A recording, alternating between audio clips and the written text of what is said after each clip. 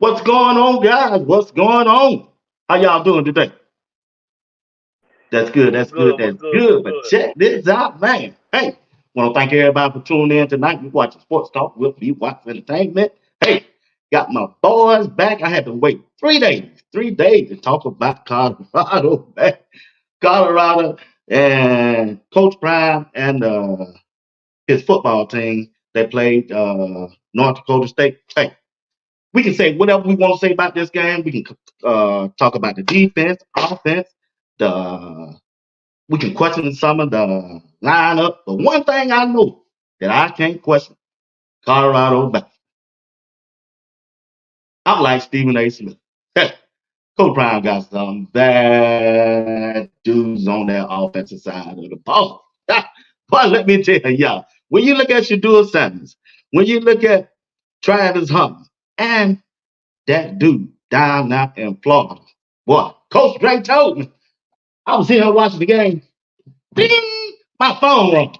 Man, I ain't got time to be talking about on no phone, y'all, when the game's on. Ding! Yeah, my brother. Yeah. Boy, you didn't tell me. You told me about Shadul. You told me about Travis. Who that number 5? I said that Jim Horn, you let that boy out there in Florida. But you know, Coach Dre always talking about it, him and Colin, life and football on Florida boy. And then he said, when he caught the ball, boy, he like Michael Jackson in the closet. I said, boy, you all stop, boy. Say he was moonwalking on the field like that. I said, you're a bad dude. But hey, like I said, we got an exciting show for y'all today. Like I said, I got my boys back. I got Coach Dre.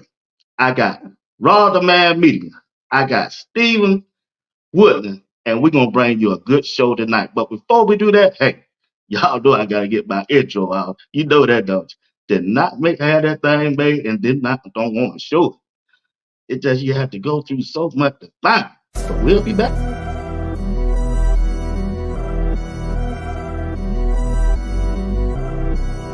You're watching Sports Talk with We Watch Entertainment. I'm your host, Bernard Watt. We should.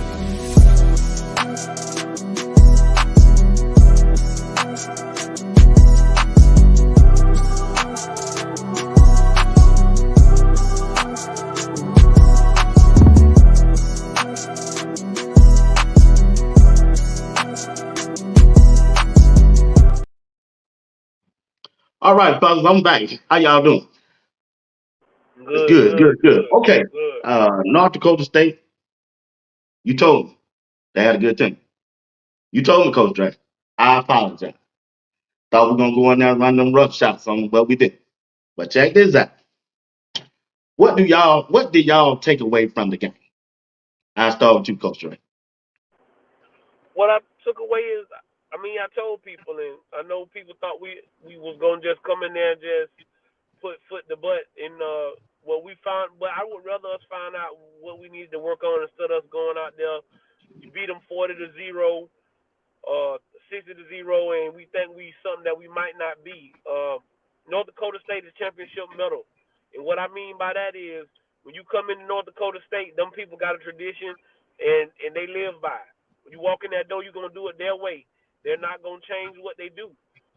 They're gonna run the football. They're gonna play that Tampa 2 defense. Hey, they didn't come out of that defense. They stayed in it. They believe in what they do. I know a lot of people said, oh, well, they changed coaches. They all they did was the head coach left, and the staff really stayed the same. They just promoted from within. What I took away from us is that Livingston is going to be a heck of a defensive coordinator. To make the adjustments, you didn't see those kind of adjustments last year.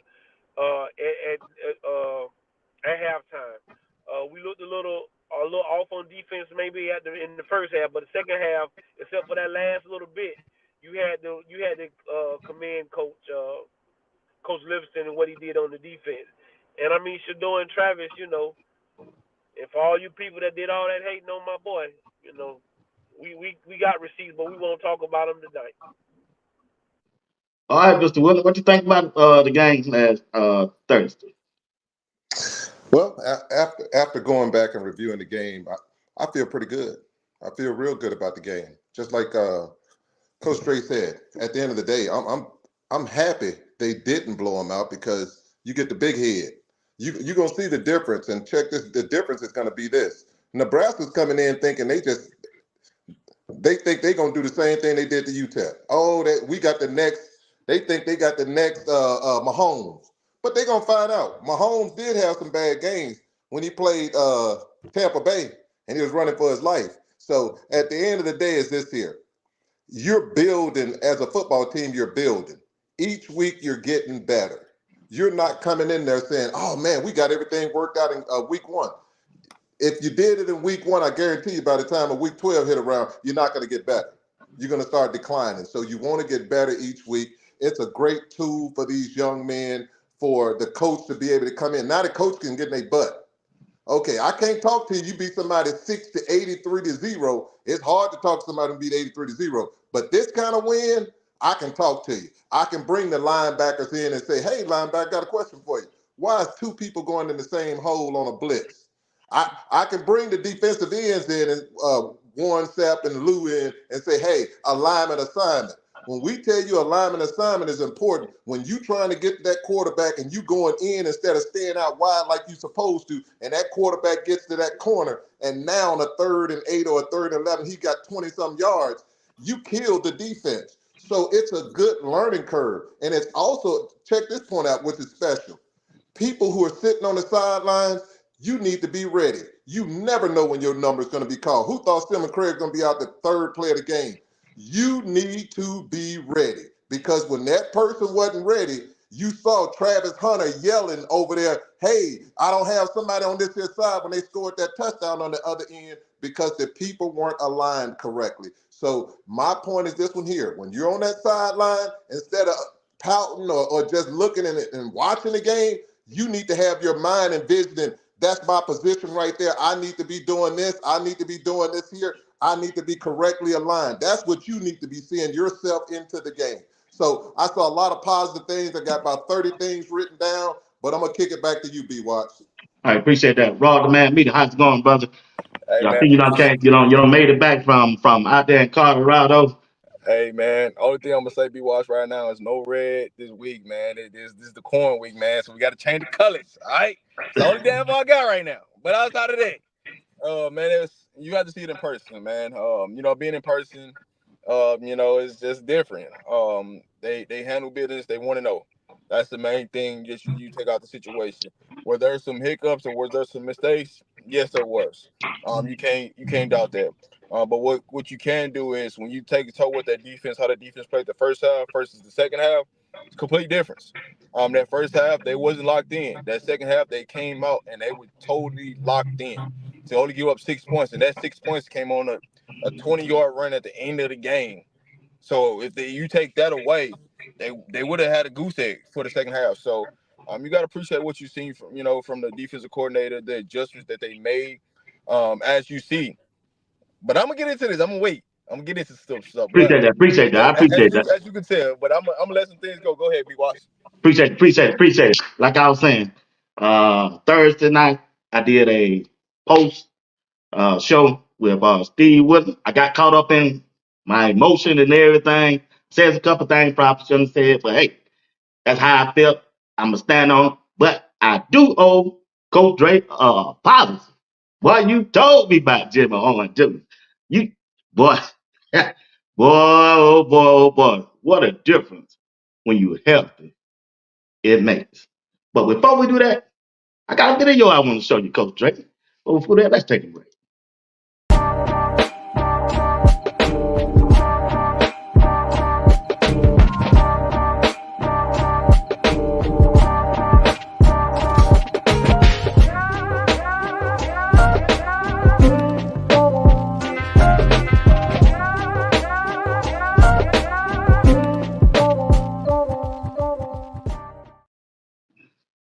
All right, Coach Dre, I'm going to show you a video, sir.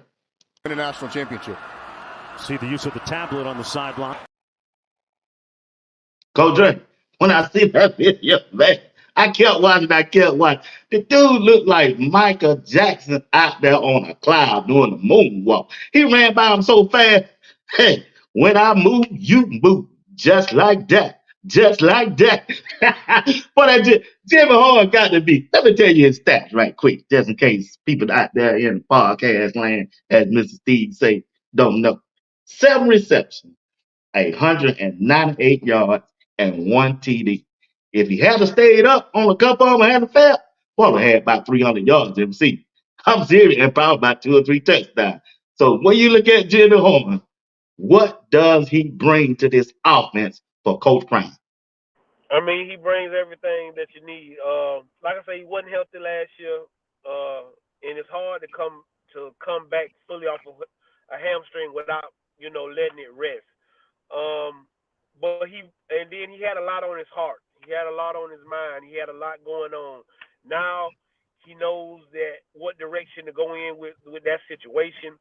Now he's not as worried. Now I'm just trying to get to the league so I can set my dad up so when he gets out of prison, he doesn't have to go back to the same lifestyle. He doesn't have to do whatever he was doing, and we can be better. But he's just playing free. He's fast. He lightning fast. He got 5 or 6 gears and that was probably just about third gear when he started pulling away from people. That wasn't even fifth gear. So and if we catch a little pass on the little out that he dropped because he saw it, we over 200 yards. You get what I'm saying? So it's stuff that we can work on. But he played an amazing football game. He made some amazing catches. I expect the sky's the limit because of the simple fact is everybody know you got to come stop 12. You got to you got to come and do something with 12. LeJohntay, right? LeJohntay is LeJohntay. He's a 1,000-yard receiver. But then you got Jimmy Horn and that's a problem for secondary. That's a problem for anybody secondary to deal with. But like I say, he's went back and he's being himself. He's not trying to do too much. He's not overthinking things.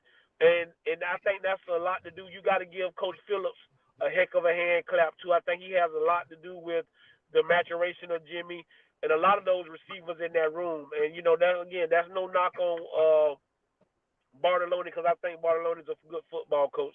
But you just see sometimes some coaches get the best out of some players, and I think that's what you see out of Jimmy Horn Jr. All right, Mr. Wood. I already told you when it came to Jimmy, I said, you're not going to have somebody, your fourth best DB, and they're going to be able to stick with Jimmy Horn. It's not going to happen. They're not going to be able to stick with Timmons. They're not going to be able to stick with Miller. They're not going to be able to stick with Wester. It is what it is. When it came to Jay Horn, what you saw was this here. You take advantage of what the defense gives you. And you also have this when it pertains to Jimmy Horn. You didn't see him in motion like you should have. When you got Jimmy Horn and Wester, I do not understand it. They should be in motion in every offensive thing. If they're not in motion, we should have them in a bunch. You should have all 3 of them over there where it's an issue. And then you could put Shepard or 12 by themselves on the other side, whoever you decide to put over there. It's too many problems when you have weapons like that. Those are issues and problems. And the way I see it is this here. You haven't seen nothing yet. Hear what I'm saying. That was the most vanilla offense I've seen. I thought I was watching that scrimmage that they had on that Friday. That was a very vanilla offense. You didn't see the things. Go back and look at the Utah game and stuff like that that Schumer was putting offensive plays and stuff in. You didn't see what they're really going to do. So all I'm saying is you ain't seen nothing yet. Keep tuned in because Nebraska, you going to feel something. Appreciate it. Rob? Oh man. Hey, shout out to Jimmy Horn, man. You know the talk that we had, man. Hey, it's your time, man. It's your season. Keep grinding. You know everything that we talked about. But with all that being said, you have to be in order to really feel the game speed. What y'all see on TV is just a glimpse, but when you see it in person, and just Jimmy was zoned in. He was locked in that game. You could tell he was on a mission to get to accomplish his goals. He still got more goals to accomplish this year. He's still ready to do some more stuff. Y'all just be patient. What I do like the fact is they didn't show too much on offense. I'm glad everybody is uptight because y'all didn't really get to see what y'all thought y'all was going to see, and that we can get it done with just basic plays and basic formation. So what Jimmy Horn did was what he was supposed to do, and that's handle business. He got a purpose, and, he's in his focus, and he's just trying to reach them. So shout out to Jimmy Horn, man. Hey, we got you, bro. All right, appreciate it, Rob. East Coast Cast, I left you a super chat. I didn't see no super chat, so must be on I Rob's end. haven't I haven't seen no super chat, so I haven't either. So, but all right, Coach Ray, let's talk about Shedeur Sanders. I watched a lot of football on Saturday. I didn't see a quarterback that's better than Shedeur yesterday. Closest to him was Cam Ward. And I also like the quarterback Tennessee got, but I got to see some more stuff. See some more stuff on him. But check this out. Before the game started, got another video. This is what the North Dakota State coach said about it. 4 weeks ago, getting started on this process, everybody's asking about Colorado. My mind, just went to off-schedule plays, him making things happen, outside the pocket or, off schedule, right? He's the best player that NDSU has played yet. Okay, and I really believe that. This guy is process-oriented. He's progression-based. He's aware of footwork and timing and rhythm. He takes what the defense gives him. Okay, he goes to the right spots, and then on top of that, he can play off a platform, different platforms. I think he has a great ability. Probably in my opinion, his strongest suit is that he can get his cleats in the ground and deliver the ball quickly when he has to.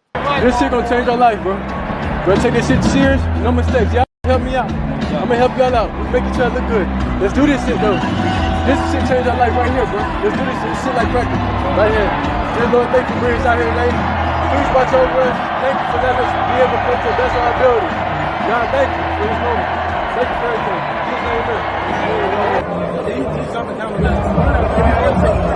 We gonna win this game. Everybody else, we gonna win this shit. It's only us and some offense, bro.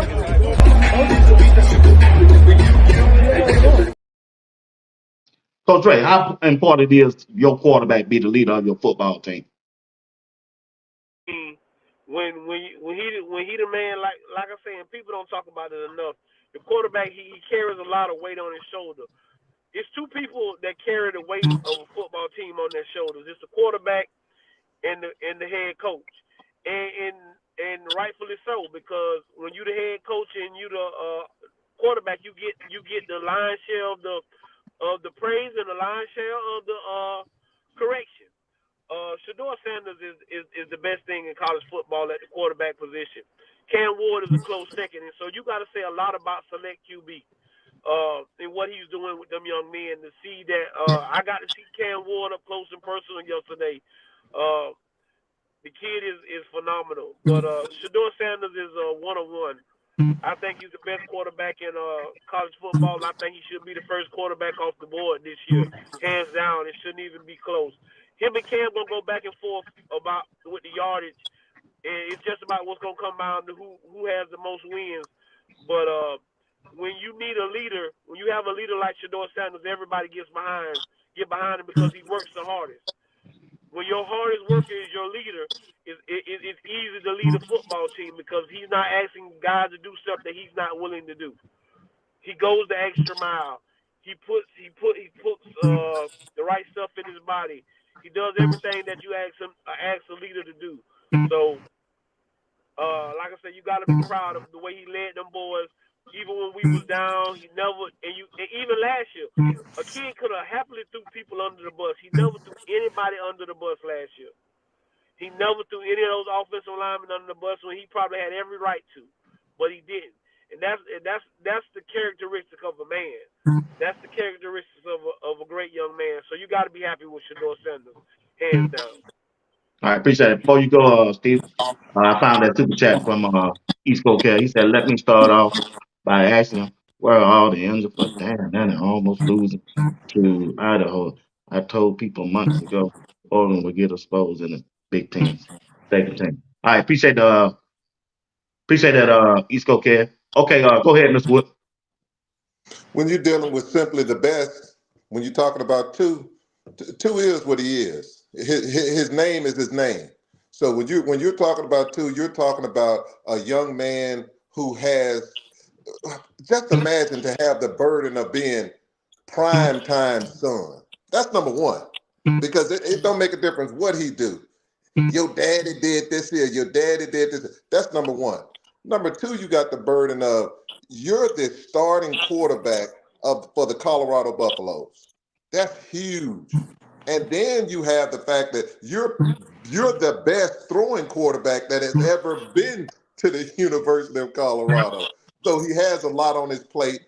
Everybody's watching too. They want him to fail. They want to say, I got you so for doing something wrong. And all the man does each and every day, he's a good human being and he does the right thing. I'm not going to even talk about football because his numbers is his numbers. He's the best when it pertains to that. But what I like about him is he's one of the best human beings you're going to see. And if you're a father and you're sitting there talking about you want a son, 12 and 2, you can't ask for too much better than that. I don't care what nobody say. 12 and 2 would be a heck of a sons. And that ain't saying nothing about the other young men, because I like me some Jimmy too. Old Horn. You got some great young men out there, but 2 is something special. What you better do in Colorado, you're not going to see too many more 2s. I hate to tell you, it ain't like you get a 2 every 4 years. You don't. You don't get 2s you don't get 12s every 4 years. Enjoy it while you got it. And at 2, keep on striving for greatness. Okay. All right. Appreciate that, Mr. Whip. Rob disappeared. Okay. Check this out, Coach Dre. Man, it's a pass. It's a pass that Shedeur made. It got to be. I know he made a lot of passes, but this one right here, boy, it just blew my mind. And I'm a former quarterback and a LeJohntay Webster. Man, what, what a quarterback. His toughness. The dude threw for 445 yards, 4 TD, 26 of 34. I'm telling you, man, he got to be the best quarterback in the nation. I mean, he is. There's no. I don't think it's you. You might get a little argument from them people down there in Miami right now, but besides that, that's it. I mean, I don't want to hear no more of the Carson Beck and all that other stuff. I don't want to hear none of that. It's Shedeur Sanders. To do what he did, and then to hear that it was 31 scouts there, and to hear that they said that he put on, I want to say it's like 10 to 15 pounds of muscle, because, like you said, you're going to take those kind of hits at the next level. You're going to take those kind of hits in the NFL. So to see that he's already getting himself prepared for the next level, that was a big up for them, for the scouts that were there to watch him. But the kid is phenomenal. All the great quarterbacks, they play from the pocket. And he's trying to make sure that everybody else can see that he can play from the pocket. But you know he can get outside of it, or he can get outside the pocket. But when he's still looking downfield, he's trying to find a way to get the ball down the field. So I don't think there's a better quarterback in college football than Shedeur Sanders with the IQ. And then, like Mr. Woodland say, to go on with the pressure, no one has the pressure he has. Nobody has the pressure he has. Nobody does. You living in the shadows of the greatest two-way athlete to ever lace up a pair of cleats and a pair of spikes to ever do it. And he's also your dad, and to have to hear, they still human beings, and to hear what people say about your dad and say about your brothers and say about your football team, when it has nothing to do with football, y'all always bringing up some of the dumbest stuff, So, but for him to keep his composure and to continuously go out there and lead the Colorado Buffaloes, I don't think there's a better quarterback in the nation than Shedeur Sanders. Appreciate that. Mr. Woodland. Well, we're going to move on down the track and talk about one of the baddest dudes. Okay, there go Rod. Got Rod back. We're going to talk about one of the baddest dudes, two-way player that I ever seen. Me personally, my eye, and that's Travis Hunt. Well, I got his first touchdown. The safety took a bad angle, but if he didn't, I didn't know Travis this fast. New offensive coordinator. Before you go, I got another. I'm gonna show you the second. Travis Hunt's a bad dude, y'all. B Watts. What you didn't show us is the 2 other touchdowns that he should have had. If you go back and watch the tape, in which I did 4 Should do times, it and throw it to him. I'm just saying, if you go back and watch the tape like I did, 2 occasions when 2 threw the ball to J5 when he had 3 people on him in the end zone, Travis Hunter's on the right side by himself, 5 steps behind the man with his hand up in the air by himself for that touchdown. Would have been on the right touchdown. The next one he would have had was when 2 was down on the 8-yard line and they getting ready to score, and he ran to the middle. As soon as he went to the left, Travis Hunter right there in front of him. He just came right in front of him with his hand up by himself, in which he should have had another touchdown. So the man would have had 5 touchdowns easily on that night. And he's a bad man. And I'm going to tell you something else people didn't realize. Travis Hunter, on that play that he scored his 3rd touchdown, that clock was running out. Guess who called 2 and told 2 to speed it up and have him center the ball, hike the ball? It was 12. If you pay attention, 12 tell him, come on, the clock running out.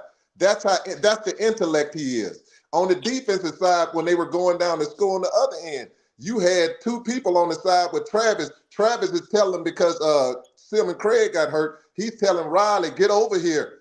You need to be over here, blah, blah, blah. That's 12. He's a brilliant dude, and people always tell me, well, why don't they pull him out the game? Show me somebody better than him that you're going to put in there.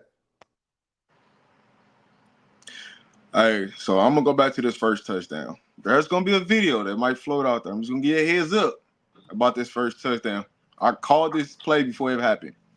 When they had, I want to say it was 7, it might have been 17, but they were man-to-man with Travis. And then the safety rolled up back to a single high safety. When that safety shifted and then the corners came back and they went from on-man to off-man coverage on it, before Shedeur Sanders even threw that ball, I said, this is going to be a touchdown. Mark my words. He threw the ball before Travis even got out his break. Travis caught that thing, made that first person miss, and just took off. If you was there in the game and seen it, it looked way different than what you've seen on TV. The way they played Travis Hunter that whole game, because, I mean, they played Tampa 2 all game long. That's all they stayed in Tampa 2. They didn't come out Tampa 2 for nothing. They stayed in Tampa 2 majority of the time until that at the end of the game when they tried to go cover 0 and Shedeur took their shot to try to get Western a touchdown. But outside of that, they played Tampa 2 that whole game. When Travis reached coverage, you could tell, like, just being there, like, all right, that ball going to Travis. You could just tell. And as soon as the minute they roll that coverage, Shedeur hiked the ball every time he was going to Travis. So Travis Hunter, man, he just is explosive. He's been doing this for years. He's been doing this since high school. It's just now people starting to get to be able to see it at this level. Seeing a full healthy version of Travis Hunter.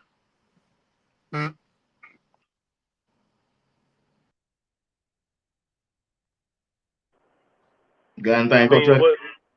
what do you add? He again, when Deion Sanders, who's the best, that says he was better than he was at that age. I mean, what is you to say? The kid believes in himself.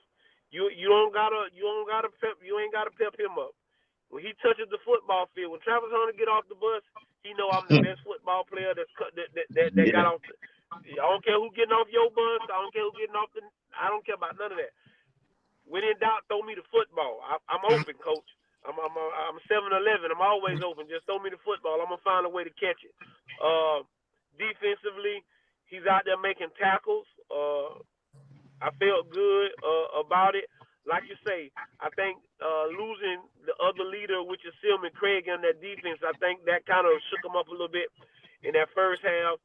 But once them boys got calmed down, and Livingston went in there in the halftime, and whatever he said and the adjustments they made, also with the defensive line, we saw some adjustments and got a little more pass rush and stuff like that. So, but Travis Hunter, man, he just simply if he's not the first pick in the NFL. I don't forgot what analyst it was. He said, I don't care if you need an offensive lineman. If you don't pick Travis Yeah, Hunter first, if you don't pick Travis Hunter first with the first pick in the NFL draft, I don't know what you're looking for, because he everything you're looking for. Hey, that's right. Bart to Scott said that one on first take. What piggyback you to say, this Bart? point right to piggyback to this point right quick. Travis don't got to take as many hits as he did last year. He doesn't have to play that slot receiver.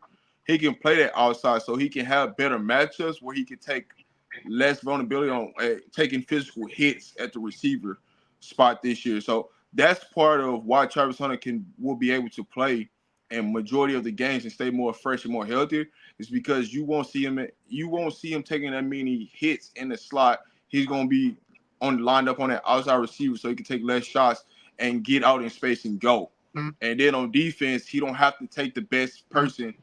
Even though you want him to line up, he don't always have to take that person, because we got other cornerbacks, other DBs that can handle that job. Because when you look at when they try to throw the ball outside the numbers, it wasn't successful.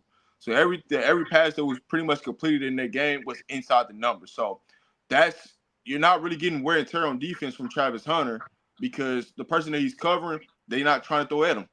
Because the quarterback didn't go at Travis the entire game. They went away from him.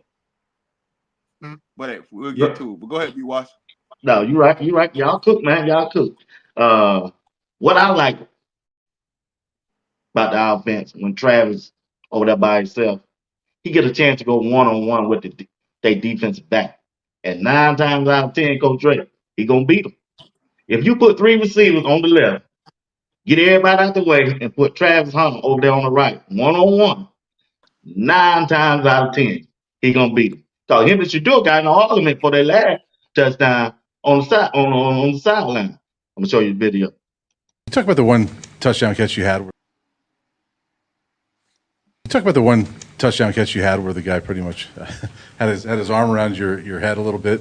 You talk about that one in particular. It's funny because he got on me for not catching the one that we called a flag, because I told him to throw me the ball no matter what.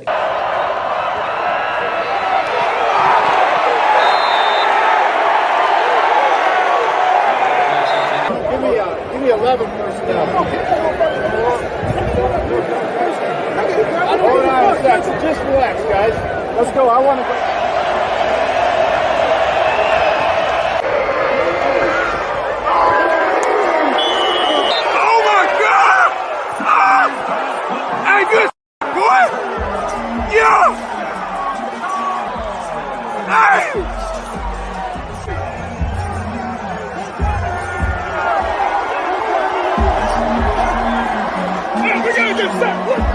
So he got mad at me. He was like, I don't care, catch the ball. So that one, I just know I had to catch the ball. I had no other choice. So Coach Ray, that gotta be the baddest catch I ever seen, man. Now you probably only one on the panel can do that dance he did at the end. I can't do that, but you probably only one on the panel that can do that. I don't even know what it called. You and Steven might can do it, but I can't do it, bro. I don't know what Travis come up with all kind of stuff, but what you saw there is 2 competitors wanting to be the best. And like you say, when you tell me to throw you the ball, you better catch it. So, they're just 2 competitors. They really want to win. They really want what's best for their team. That's not an argument where they upset with each other. It's just, hey, man, I threw you the ball. Catch it. You get what I'm saying? I'm coming back to you. Travis Hunter is for real. He's for real. You just throw the ball in his vicinity, he going to get it. I think his stock is probably going to be even higher now with those. When you're making them kind of catches, like I don't know what, like I don't know what NFL team don't need a ball player like that. Every team in every 32 need a ball player like that. He's one of one. And like you say, he got the intelligence, and you don't have to work. The biggest thing is he's a great. Mr. Steve said about Shedeur, he's a great human being. He ain't trying to go out. He ain't trying to party. He just want to go fish, go home to his girlfriend, to his fiance, and play the game. It's not much you can say that you can't say good about Travis Hunter. I've never heard a person say anything bad about him. So we expect that all year. We're going to expect that all year. And when you got to stop that, it opens up for other receivers. So I expect for other receivers to get plenty of opportunities because you got to try to stop 12. All right, That appreciate it, play, Coach Dre. Before we move on, Travis Hunter he played 55 snaps on offense, 69 snaps on defense. Man, that's amazing. That's amazing. That's amazing. Y'all got anything but Ron? Oh yeah, Ron, tell us about your trip, man. now I was going to go back to that Travis Hunter play. Okay, go ahead. That Travis Hunter play was called 2 plays before that. Everybody named Mama that if you was at the stadium, hey, you know that play was called 2 plays ahead of time. They knew every time they seen 17 line up on Travis, you got to go at him because he can't hold him. And I don't know why they try to put 17 on him, but that was just a bad mistake because every time they put 17 on him, they rolled that safety to the middle of that field, and you could see it a mile away. I just throw it to Travis to give him an opportunity to catch the ball. He just picked up a PI, and then we come back and go right back at him. It was a call that you could see a mile away. You knew what was coming, and every time they scored a touchdown, perfect time it came on. And that's all you seen in the stadium. That's all you seen. Perfect timing. Every time Shedeur Sanders threw a touchdown. So, man, it was amazing. I ain't gonna get into everything that transpired. But no, it was a good trip overall. Met with a lot of family, a lot of friends, a lot of players, family. So anybody that see me, blessed to y'all if y'all here watching right now. Shout out to the CU aunties, Mama Benson, Khalil, Justin Mayers, J5, all the players that I chopped it up with. Hey, shout out to Coach Hart. You know what we talked about. Shout out to you. So, man, it was good, man. We got to chop it up with a lot of the coaches too. So, All right, all right. I got a question here. I'll let you handle this, Mr. Wood. Should he be drafted as a wide receiver or DB? That's the question. If you're gonna pay him $200 million, you gonna draft him as both, because that's a smart coach is gonna use him as both. Why would you waste that kind of talent when you're an NFL team and and your budget is limited as far as how much money you can how many players you can put on the field, number one, and your budget. A player like that's a bonus. That's an and one. You getting 2 players for one. So if it's me, he needs to go to the Andy Reeves, that coach for Shanahan, McDaniels. He needs to go to a brilliant coach, a coach that don't think old school. Well, I'm a Dabo. I'm gonna do it my way, and if you don't like it, then I'm gonna do it till the cows come in. He don't need a coach like that. I'm just saying, because if you go to the wrong team, Travis Hunter be over there bored. He's gonna be the best at whatever position you put him at. But Right. why utilize him just there when you can get greatness? If you put him in Kansas City, he'll be playing both. He'll be playing both. You put him in San Francisco, he playing both. Please don't send him to Dallas, because Jerry Jones will have him doing everything. Jerry Jones will have him selling popcorn. But it just goes with get him with the right organization. Jerry will do it, partner. Jerry gonna make some money. Get him with the right organization. He needs to do both. Quit with all of this foolishness, limiting people. We're the only people on the planet that limit people. God never limited us and told us we can do one thing. You can do all things, and he can do all things. And he needs to keep that attitude, and he needs to don't let anyone tell him you need to play one side. What you need to tell him, that's what you need to do. But T. Hunter, I hunt, baby. I do both. All right, appreciate that. Appreciate that take, Mr. Wood. We want to thank everybody for tuning in tonight. You watching Sports Talk with B Watts Entertainment, also over there on RobDaManMedia platform also. And I want to give a shout out to all of the former NFL players over there on LinkedIn. Thank y'all for tuning in. I see y'all. Appreciate each one of you for tuning in. And everybody who have made a comment in the chat. I appreciate you.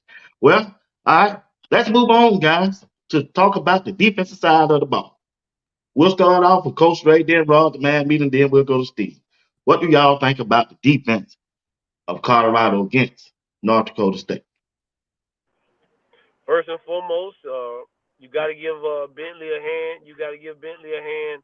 He played a hell of a football game Thursday night. He made some great tackles. Went on some blitzes. I still think Livingston is finding his way with his defense. He's trying to find the best fit. The block bully, he had a heck of a football game. Demanding a double team, getting off blocks, getting them a sack, getting some runs in, stopping some runs in the backfield. I like what I saw from the front seven a lot more in the second half than I did in the first half. Again, I think the secondary suffered a little bit once Sim and Craig got out, but I think once we got in and made some adjustments, we started to see Stoudemire a little bit more, which I thought him being healthy, we see him a little more. Stoudemire is a heck of a ball player. JB played good, but the kid that I think the person everybody thinks is who we think he is 41. Hill Green is who I think he is. He's that guy at linebacker. I don't think you can hide him any too much longer. He needs to be on the football field, and that's no knock on Bentley or Trevor, whichever one has to come off. But 41 needs to be on the football field. When I saw him get out there, things went to happening. I like the way he filled the hole. I like the way he made tackles, and I like the way he brought the energy on the defense. Right. So, but overall, I would give the defense a B minus because, like I say, I got to go off of what I saw in the first half. But to make the adjustments and to come out and do what they did and only give up 6 points, I think less than 100 yards of total offense on the second half. I give them a B minus in overall and especially for a first time. This is a first time defensive coordinator, guys. This is not a defensive coordinator who's been doing this for a while. This is a first time defensive coordinator calling plays, so I give them a B minus. So the biggest thing between the two halves that a lot of people I don't think realize, they didn't do a lot of substituting in that second half like they did the first half. Right. A lot of right. And so here's what a lot of the things that y'all didn't get to see on TV. A lot of times they came out of TV timeouts and had certain personnel in and then ran and switched personnel when the TV timeout came out. So it was just them trying to lock in and find out who's working where with who. My question to be watched is, how you feel about Trevor Woods now? You say he didn't come up and fill the hole. He came up and filled the hole on a couple of them runs. All right. Since you asked, I tell you. I still don't believe he should be out there. He led the team in tackles. Let's see. The first 3 plays, the second and third play, he got beat. One Second play. on the second and third. Go look at it again. I don't watch it 5 times. All right. On the 10th play, I saw the left guard of the offense. I mean, man, they pancaked. I was gonna show a clip, but I ain't finna do that. I ain't been doing like that. He don't deserve that. They pancaked. But second half, I got to give the coaching staff, Coach Brown and his coaching staff, when they made the adjustment from the linebacker group, they went to a 4-3. And when they put Hill Green out there, thing changed, man. It just changed to me. And that's what I what I was thought. about to lead to. That's what I was about to And get to. man, when he made that first hit, I swear, man, I can hear it through my TV, bro. Clack, clack. I said, God, who that rap? I said, that's 41. I said, that Hill Green. But they didn't have him on the depth chart, so I didn't think he was playing. Man, I'm telling you. But I give Trevor Wood credit. He hustled, man. He hustled. I give him that. All right. So, yeah. So, really, all right. So, that was really the adjustment, right? When you look at the first half versus the second half, when you got to get the coaching staff did that. I got to give them their credit. They did. The second half changed because they made adjustments at the linebacker position. Hill Green and JB. Those were the 2 guys that was really in there majority of the second half. And I don't think a lot of people paid attention to when they put them 2 in there. Hey, it was on. It was like the defensive line just turned up to a whole different other level. And but Becker was still hanging in there with them, though. They were, but you didn't see no big runs. You didn't see. You didn't see no MAs, missed assignments. You seen everybody where they supposed to be up lining in correct position, right? Yeah, even with number 9 and Herm Smith back there, you didn't see no miscommunication. Oh man, number 6. That's number 6. That's Herm Smith. Ooh, boy, he brought the I said, wood hey, up out listen, there, boy. I was sitting right next to his parents, so I Boy, know. he brought that lumber out there, boy. I know. I'm just saying. The biggest thing from the second half to the first half, you seen less substitutions all over the places. Yeah. Because the first I remember you texting me that. Yeah. the Yeah. first half, they was substituting like crazy. Like every play, it was substitute. It's like, man, they're gonna never get into a rhythm. But that Right. second half, they found out who was, and Hill Green didn't even play the first half. He just played the I second half. know. Right. And so when you change that, they found something. And I gotta give credit to Robert Livingston. They went to a 5-2 at times. True. And Yeah. not just a I'm 4-3. talking He about. changed the defense multiple of times. He brought in different packages. Like he was trying to do things and not just say, hey, we're gonna play man-to-man, we're gonna do this. They were still playing man-to-man in the second half. It's just they made certain adjustments and put certain people in certain places, and they start making plays. And when they start making plays, that's what happened. They did a late minute substitution on that run when they went to that man-to-man on that play he got beat. That's the only reason why that happened. If they would have just kept the people that was in there, they make that stop. But they did a late minute substitution to try to get some other players on the field in that position, and that's what caused that mishap. That's it. Okay. Yeah. But the first half, I think, what is it? Number 50. And BJ Green will playing the end. Number 50 is No, Jaylon Hayes. they Hey, wasn't. Yeah, Jaylon. They wasn't containing. They wasn't going up the field like I used to teach my players. They were coming in like this, and it was causing that quarterback to get outside, like they were crashing on every play. When Yeah. I say, but other than Wasn't that, containing the edge. Yeah, it's cool. huh? They wasn't containing the edge. Yeah, they wasn't containing the because they were crashing down on every play, like they were just But trying to sack the quarterback every play. here's what was happening. They were crashing down, but it was supposed to be a linebacker that was supposed to be coming to fill that hole, and that's what I was that saying. was missing. And it Wasn't looked like they it were wasn't blitzing every play. they wasn't blitzing. It was certain reads that was supposed to happen that did not happen. So that second half, when you seen them, the people be in the right position where they're supposed to be at, I it saw ended up Trevor Wood. resulting. Yeah, okay, yeah. Like he messed up people's The time. issue was the alignment to assignment. They gave them an assignment, but they wouldn't align the proper way it's supposed to be. And so when you start to see that in the second half, you see the results. If you just line up like you're supposed to line up and just do your job, this defense could be better than what it is. Right. It's You just made a good point right there. You made a good point. you Because just when seeing that too much. when Go that ahead. wide receiver went in motion, they running back cross formation. Trevor Wood got beat on that play, but when JB was in there, they tried that same play. Went there and put that wood on him, boy. You can't don't cross your face. You know, That's simple. yeah, Simple yeah, math. Don't cross your face. You should not cross your face. Put some wood on him. You inside the 5 yards. You shouldn't cross your face. But that just goes to show you, if you line up and do your job that they're telling you what to do, you will be successful. And that's why they were so successful in the second half versus the first half.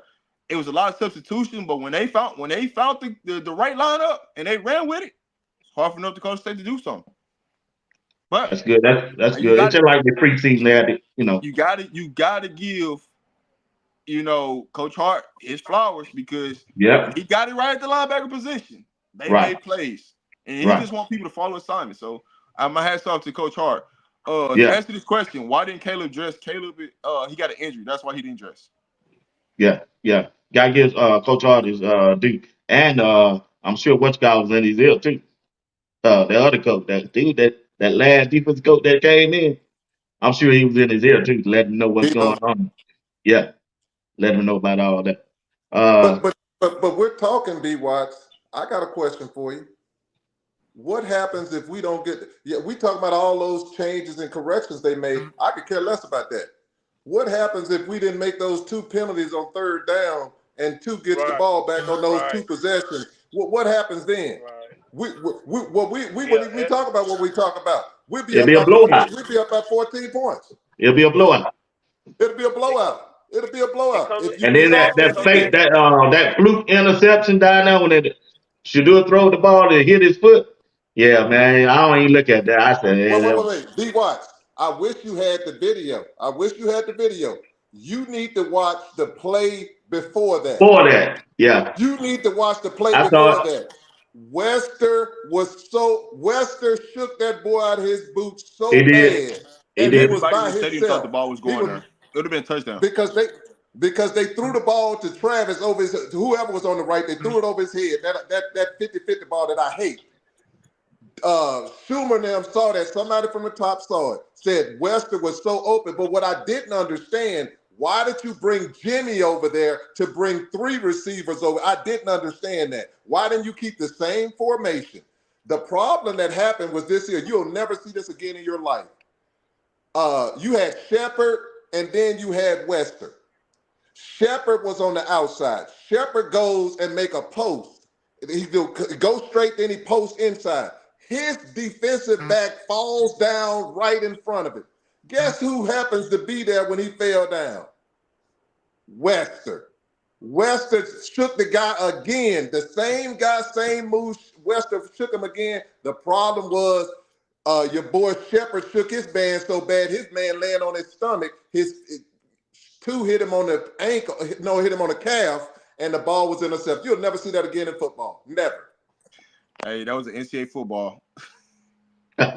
Yeah, it was, man. But when you Go look ahead, at Coach the Dre. defensive back, when Coach Dre and Rod, when y'all look at the defensive back for the going up against Nebraska, how we gonna fare?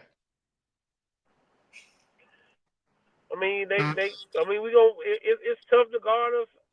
Anybody. That's anybody. I don't care who you think the best defensive backfield is. You can't guard 12, 14, 10, and 5. Then we got 4 coming off. You know what I'm saying? 82. You can't guard us. You can't listen. You definitely don't want to play us man to man with by no stretch of the imagination. No. So I don't know, man. I think it's hard. I think what Nebraska's gonna try to do is they're gonna probably try to disguise some coverages. They're gonna rush Probably try 3 to and send drop some. everybody else back. It's gonna be the same game They plan as try. last year. Yep. Drop 8 back. They got the little defense. They got the defensive back, man. So we got to be able to run. We got to be able to run the ball. As I went back and watched the game again Saturday, once I got back home from our game, I see that we did open holes. Some boys did open holes. It's some plays where holes were open. The running backs got to see them. And so we They can't gotta fault be the quick enough offensive to line get for there. that. They gotta have the right running backs in there. Me. But Hayden, that's a plus. I think Hayden, you're gonna see a lot more of Hayden than probably Micah next week. And probably even the kid from Arkansas might get a few carries next week. But I think Hayden is the guy right now. I think he's gonna be RB1 going into Nebraska. He looked good. I like him. He looked real good. But he here's made what I'm that gonna say. one catch. You see that? Excuse me, Rob. He made that one catch, and he got him with it. He still farmed that dude, and he three players were waiting on, and he challenged him, and they took him out the next play. He didn't have a chance to get no rhythm, man. You got to give your running back a chance to get rhythm. Here's what I'll say, and it's just coming from the game view, like being there. When you see a team just keep playing cover 2 and they just keep giving you the middle of the wide open, the middle of the field, and you got your receivers just in the space to just take them safeties apart, why would you run the ball? You being stupid. The only issue I got with it is this, right? Yes, we're hitting them explosive plays, but we really ain't taking that much time off the clock. So we're not keeping our defense fresh. Defense chance to rest. When you look at it, the reason why we were so much successful in that second half, time possession. We had a drive where we took 8 minutes off the clock. So we know we can do it. We know we can put a 12-play drive together, take time off the clock. It's just we're so explosive, and that could be our Achilles heel right there. Because we're so explosive and we can just score from anywhere on the field, sometimes it might hurt the defense because they right back on the field. That's exactly what happened. Like, so when we going to have that game where we got more plays than the other team got more plays? It's always the defense got more plays than the offense got. So now we got to be able to flip that switch, run some more plays, give the defense some time. Because if we just, I'll say this, the second possession before the half, if we just take our time we're more successful. Sometimes we speed up because we see the mismatch that we kill ourselves because the person that we should be going to, we're not going to because we're trying to get this person involved and that person involved when really, hey, it's another play Shedeur to came this. out there and said it. He said, "Man, I had to get It's hard. what you call the ball because everybody else had." I said, "Shedeur, you can't say Yeah. that. You can't say I that, mean, bro." but you Yeah. can't say it. But he was being honest. He was being honest. I know he's being But honest, but you just can't. Sometimes you just can't take Coach Dre. right. But what he was doing was he was taking it. What we gotta understand, B, was he was taking the heat off his dad because they were gonna blame Prime for it. They're like, oh, why y'all out there throwing the ball? Right. So he wanted people to know that it was his decision. That I checked out of the play that they called. They called a running play. I saw something. I just checked out of it. So Right. that's the reason I think he answered the question I like that, listen. not because of anything else. I'm not even finna lie to you. Michael West is finna come into the game and they finna give him the ball. Shedeur honestly checked him off the field and checked into that passing play. I promise you. That's exactly how it went down because Michael's running on the field and got turned around. So when Prime said Michael West was finna come in and run the ball, he truly was finna come in and run the ball. He took him off the field and he checked into that play. That's the Wow. honest truth. Well, he came And out there in the interview and said, "Yeah, I did. He did." I got a super chat I need to read off before y'all go. 9-4 S fine and said, "Peace, y'all. How do y'all feel about our backfield? Should we stick to two back or should we go by committee? Dalen Welch, IA, B Hood can be a real problem for our opposing defense." Well, my answer is that it's just the first game. We got to see how the thing play out. I don't think I'll be honest. I didn't know that team was that good, man. That team good, man. They ain't run the seven. I kind of, I know I kind of seven offensive play. That's all I seen. They ran the whole game doing the same old thing. And that quarterback, that Listen, boy tough. He gonna be a listen. backup player, a tight end in the NFL. He might not get drafted. Well, he going in that league next year. honestly, I'm thankful for this Hey, you. game. Go ahead, Coach Ray. You remember when you watch Remember the Titans and Denzel tell you I run 5 plays like Novocaine. You just give it a little time, it'll work. I mean that's what they do. They believe in. Again, Rob told you they stated at Tampa 2. They gonna play that Tampa 2. They not going to no other defense. They We're not showed going this. to He two. stays right there and played. And and we gonna run our plays. It's shown that if we do what we do, the best. Hey, that team beats a lot of football teams. That team beats a lot of Power 5 football teams. No ifs, I'm ands, or Yeah. shocked. buts So about it. Dre, I'm Because just shocked, man, how good they were. They were disciplined. I said, damn, Coach Dre told me but this. I kept looking. I said, if but they listen, ever gonna Tom, get out of the only reason one reason they lost, they just didn't have the athlete to keep up they with Jimmy haven't Horn and Travis. the thing is, the only reason they haven't moved to Power 5 conference, I think they had the opportunity to move to the Mountain West a few years ago, but all of their sports don't add up like to the other competition. So yeah, we'll move up just for football, but our girls basketball, our boys basketball, and all that stuff, they wouldn't even up. Same thing like when Prime was at Jackson State. And people was like, oh well, Jackson needs to move up. They need to move to FCS. Well, hey, maybe our football team and our girls basketball team can move up to FCS, but everybody else is not ready. So you can't move. You can't move like that as a school. But North Dakota State as a football, hey, everybody else they play they done beat. Like y'all, like people don't know that Colorado is the first big school that's beat them. Everybody else at big school they play, they beat them. They Wow. Yeah, beat them. they You know six what for I'm they saying? 6 for So 8 it was for beating big like schools. And I had said before, and I will apologize. They gonna win that conference because I saw South Dakota State. They ain't that good. They ain't good at them this year. It just come I, down I, to they consistent, right? Consistency matters, and They they're ain't consistent. Mr. Willie. They ain't good at them. Yeah, I saw him. I saw him. He said I it. watched South Dakota State. I watched. They ain't that good. South Dakota State is gonna give them. They gonna give them a No, ride. yeah, it is. Nah, they ain't. They go. Hey man, Hey, hey, hey. hey. We'll see.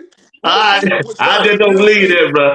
Hey, Y'all watching Sports Talk with BWatts Entertainment. If you don't mind, hit that like button and subscribe. And also over there on RobDaManMedia, hit his like button and subscribe. I got Coach Dre, RobDaManMedia, and Steve Woodland right here on the platform, and I appreciate them tonight. And also, I want to wish everybody out there a happy Labor Day weekend, and I hope y'all have a good time with your family. All right, fellas, we used to play this game, but we're gonna do some grades. All right, we're gonna do some grades. The first grade gonna be on the screen, and if you in the chat, we want y'all to come along and play along with me, and we're gonna grade them as an A, B, C, or D. And we're going by first one, quarterback Shedeur Sanders. Gonna start with Coach Dre, then we're Hey, gonna come down the road, then we'll go to Mr. Steve Willing. If you're in the chat, y'all come along and play along with us. All right. All right. Quarterback Shedeur Sanders. Like I said, he had a good game. Like I said, he's one of the best quarterbacks. He is the best quarterback in the league. 26, 34, 445 yards and 4 touchdowns on Thursday. At the end of the game against North Dakota State, what will your grade be for Shedeur Sanders? Coach Dre. hey, he get a A. He get an A. Because I don't count the interception as his fault. And the passes that most of the passes he threw were completable passes. So he gets an A. I'm gonna give him Well, a B. I'm gonna give him a B. Just understanding situational football, end of the game. That's the reason why I'm giving him a B. Everything else is on point with an A. But game time management, understanding, man, you getting ready to go to NFL and how to take the clock out. It's really a B plus for me. Not a regular B, but a B plus. But just micromanaging the game to just get away with the W and win by 10 plus instead of winning as close as victory as we did. So that's the only reason why I'm giving it a B plus in that situation. A minus, and the reason I'm doing an A minus is because of the fact that at the end of the day, you love your teammates. You understand you want to get your teammates involved. I saw Wester's body language on the sideline the play before he got ready, and that's why he threw him the ball. He wanted to make sure he wanted to make sure he took care of it. But at the end of the day, you have to tell Wester, at the end of the day, it's about winning. It's about winning. And we all got to make sacrifices. Good football is run the football, down this ball, 90 seconds gone, we out of here. So those things, we ain't gonna worry about you touching the ball. We ain't worried about that. But A minus, he did a fantastic job. It's a good learning experience for too. This week was a good learning experience. So A minus for me. Before I'm gonna we give him. move I'm gonna on, give him a B hey, minus. I'm hold gonna on. give him a B minus. But go ahead, Rob. Let me say this before we move on. That play before he hit LeJohntay, I don't know if y'all could see it, what we could see at the game, but Travis and Coach Prime was upset about him checking into that play. I don't know if y'all could see them, what Travis, his animation to why did we check into that instead of running the ball, but Travis was upset about that play. Okay. Yeah, I give him a That's B the minus football too. player. All because of that. You had 31 scouts there. They looking at you how you game management and everything. So they could have lost that game now. That quarterback had a strong arm. They didn't try to knock the ball down. They tried to catch it for an interception. And I think the wide receiver number 14, I think he checked out. He wasn't getting the ball. I think he checked out, y'all. I'm being honest. That's just me. Ain't nobody got dead, but I think he checked out. I believe he checked out. I'm telling you that I was at the game. He didn't check out. I believe he checked out, bro. No way they had that number, I think number 7 on him, could guard him one on one. No way. From what I seen in the scrimmage and all that practice and stuff, I think he checked out, bro. I'm gonna say the reason why he didn't check out is because the middle of the field was just too wide open for them to take advantage of. And so some games ain't gonna just be your game. He can come out of Nebraska and he could be the Jimmy Horn of Nebraska. So you can't. It's easy to say he checked out, but when you at the game and you watching stuff and you seeing him on the sideline and the interaction with his teammates and how engaged of saying, "Hey, this that and the third is open, hit it." It's hard for me to go with that. So I'm not saying that you're wrong. You got, you know what I'm saying? You Oh, got your I see. football I'm gonna knowledge. hold that. I believe he But checked out, bro. I'm just saying he didn't check out it just wasn't his game. That's just the truth of the matter in this situation. I Hey, appreciate B. that. Watts, I got a question for you. Are you saying that because of the fact that sideline pass that's two Well, hitter? you already know. You Yeah, saw the same I know thing what you're I saying. saw. Are you saying it because of that? Because any other time Travis made a catch over there, he turned the flip and caught the ball over there with T.O. You know what I'm saying? So I see what you're going, but at the end of the day, everything I saw when it came to Shepard, he was blocking, he was into the game pertaining to that. You're gonna get a little flustered. You're gonna get a little flustered because you the man. And but that's a good thing. Shepard and Wester are hot. I know they're hot right now. You got Miller, hot. You got Timmons, hot. They need to be hot. They need to be 47 hot. Take that hotness and get ready for Nebraska. All right, here go the next question. Offensive line. Run blocking and pass blocking. A, B, or C. Coach Dre, Rob, Steve. Hey, my boy took a couple of hits. Going back and watching the film, I'm gonna go C plus. Just because I feel like Hank didn't have a great game. Ooh, He really boy. didn't. He Mm-mm. had been and he had been showing me so much promise. I had a lot of upside for him. But again, that was their best player. Their best defensive lineman was their zero technique, which was the nose tackle. He gave Hank everything he wanted. We got beat on some plays. I think my boy Tyler got beat once. So did Benson. But overall, after I went back and looked at it, we did open some holes. In some time on some RPOs, Shedeur probably should have handed the ball off instead of throwing it, Mhm. and things of that nature. But overall, I give him a C plus. Okay. Rob. Mine's a flat out C. It actually could have been a B, but here's what I'll say: when they did open up holes, they didn't hand the ball off to the running back. When you look at when you break down some of the plays, some of it was a extension of the running back going too wide instead of just putting his foot in the ground and just hitting it. If the running back, I promise you, if the running back just put his foot in the ground and just hit it, you would have seen some explosive plays out of the running backs. So it's all new. But right now, my overall grade is a C for us when it comes to the running Them are side two of it. running backs too. Huh? Them are two. Well, Draylon Miller, he played. What? Yeah. What y'all think about Draylon, Draylon Miller starting in the backfield? actually, I love it. I just wish they didn't show it this week. Honestly, I love the idea because now you get another explosive player on the field. So now you don't have to substitute. If they're in a bad defense, they're in a bad defense. We finna take advantage of it. And he's physical. He's another physical running back that we got that can get explosive, that we can use all over the field. We can do a number of different type of packages with it. So I'm good with it. But overall, when it comes to like the passing for the offensive line, I gotta give them a B plus on that.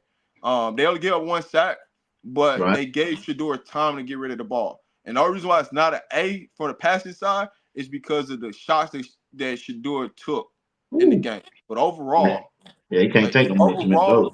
overall, I gotta go B minus when it's total out to the passing and run. Run is a C. I got a B plus for the passing, but overall, I say anyway a B minus for the offensive line. I'll go with a C. And the reason I go with a C is because that sack don't go on the offensive line. I watched that.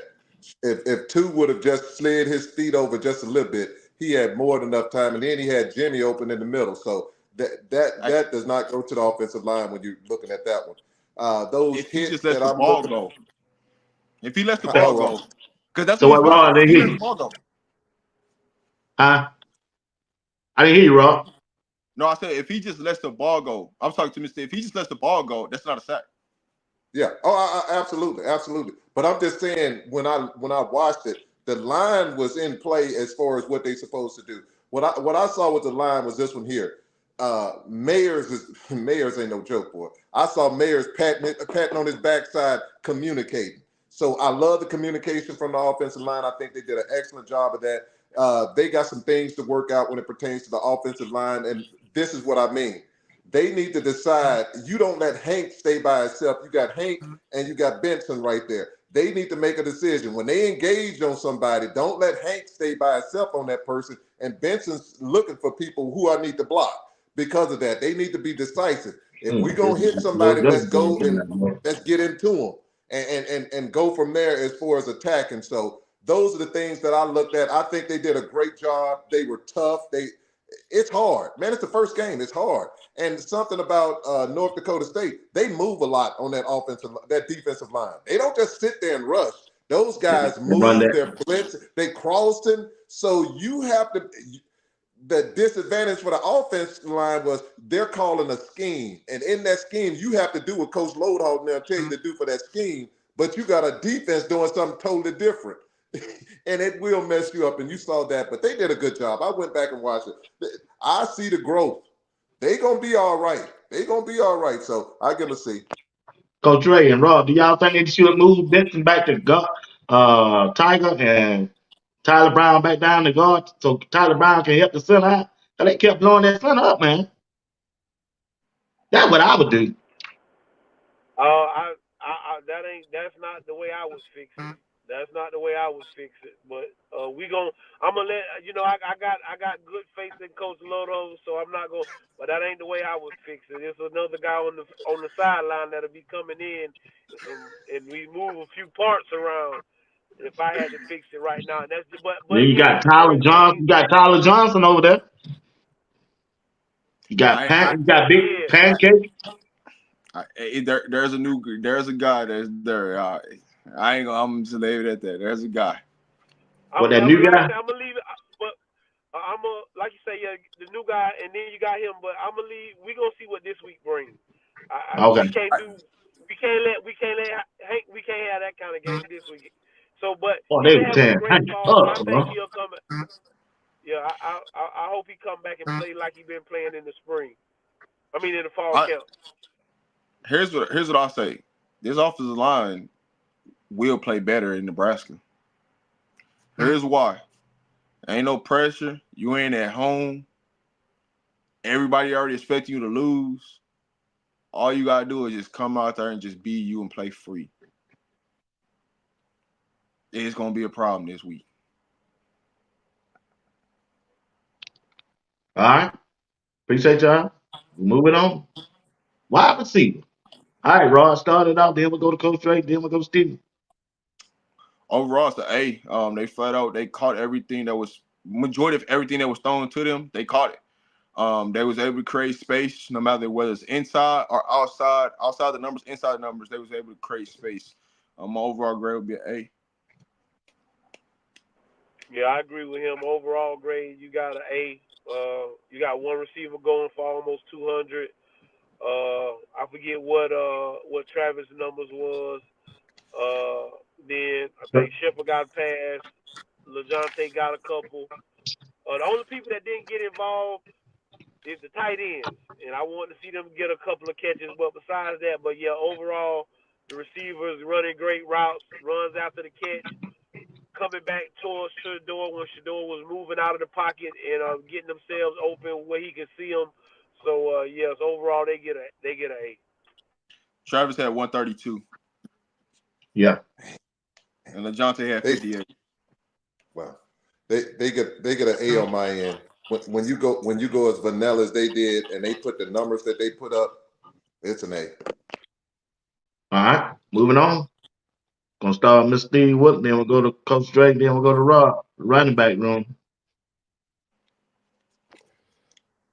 I'm gonna do a D, and the reason, let me do a C minus, and I'm gonna do a C minus. I'm gonna do a C minus. I'm not gonna punish the running backs for the coaches not letting them get a rhythm. They should have given Hayden an opportunity to get a rhythm in that game because he had a couple good runs in there that he should have stayed in the game to get a rhythm. So I'm not gonna fault them for that. What I am gonna fault them for, I'm gonna do a C minus. I'm gonna fault them for they missed too many holes. They should have went on that outside. Those holes were there. You can say whatever you want to. I'm like, why are y'all running up the middle? And that's their strong point. They got everybody. They put 4-5 people in the middle. Why are we running on the outside? I saw Rock over there by himself looking, yee-hoo, yee-hoo, come on this way. So I'll do a C minus. Yeah, boy. Yeah, it's a C minus, and it's But it nothing sound to like be you want proud to give him about. a F, Coach. Like when you go back and watch it, you see the whole like people were complaining about the offensive line, but then I go back and I was like, my God, them The holes, whole big, bro. yeah, bro, you can put a Mack truck through them. I'm like, what are we I doing? think they just had the wrong running backs in there. So again, we Now I'm Steve, they had the wrong running backs there, bro. You tell me that Hood so boy and that Micah had been in there. Boy, they ate them hoes up, bro. yeah, it's a C minus for me. But game one, we can get better. Yeah. You know what crazy thing about this whole situation is? I'm gonna give them a C plus. Here's why. When you talk about the passing game, when they was in there for passing downs, they held their blocks. They Oh, did number not give seven up. did They now. did. Yep. He You stood up in there. can't. Charlie did too. They stood up in there now. You can't. None of the running backs got blew up to get to Shedeur. It wasn't the running back's fault. So I got to give them some credit in the passing game for sure. I mean, I think when you talk about the running backs, all you think about is running the ball, but you forget about the other layers to Right. them. When it was time, to pass block, they did their job. Yep. Did they miss some holes running the ball? True. Like I said, if they just put their foot in the ground and just hit it, hey, it's 20-yard, 30-yard gains. It's something that, they got the film, they're gonna clean it up. But overall, the offensive line pretty much did their job. It's just you're grading because you see 1, 2, 3 yards, but you're not realizing if they run into the right gap, they're gone. They just hitting the wrong gaps, and it got it. That's what happens. So it's just mistakes, minor mistakes that can be cleaned up and move forward. But overall, I'm gonna give them a C plus because I got to give them credit for what they did in the passing game and picking up linebackers, picking up defensive linemen, and they did not get a penalty. So you got to give credit when credit due.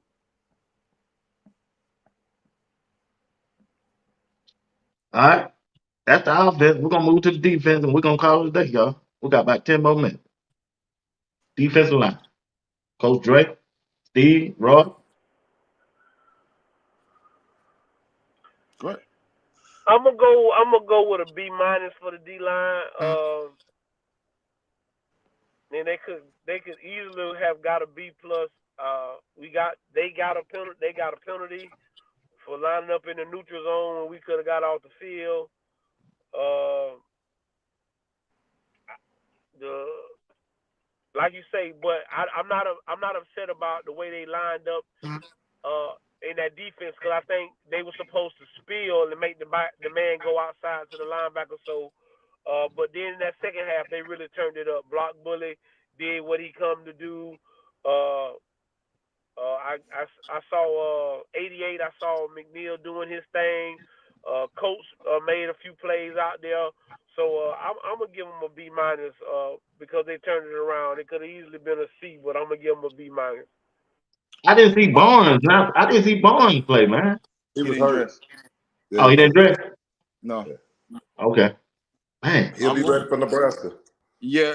There are some players that didn't play in that game that wasn't dressed. So yeah, I'll be patient. That changes the factor of what they're gonna do on the defense. So that's why you've seen certain people starting, certain people playing. But there was a couple linemen that didn't play, but they'll be back. They'll be ready to go.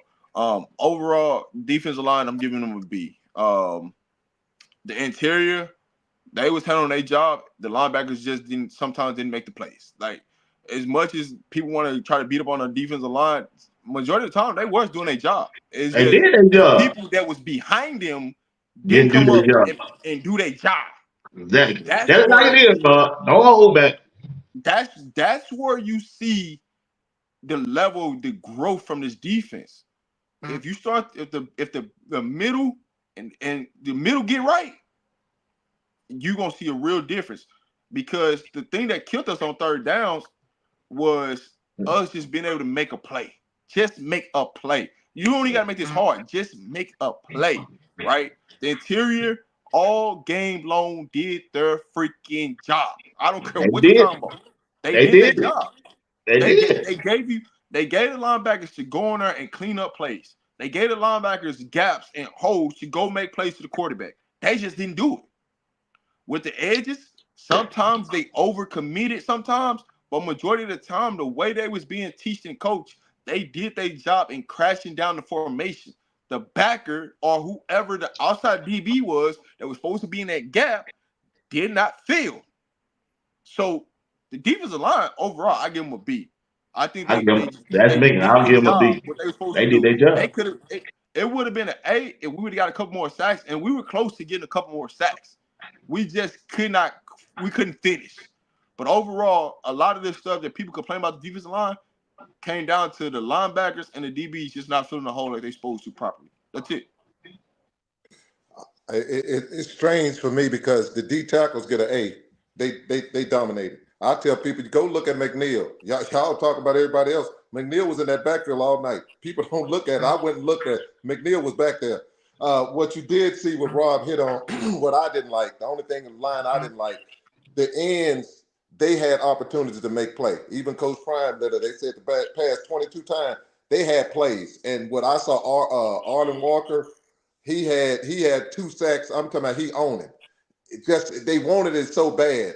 You got Hayes. Hayes wanted it so bad that by being out 1 foot out of step, it messes the whole defense up. So I'm just saying sometimes their overzealousness of wanting it too much instead of doing your job, staying where you're supposed to be, not coming in. And what hurt them was the people who supposed to field in, they didn't do their part.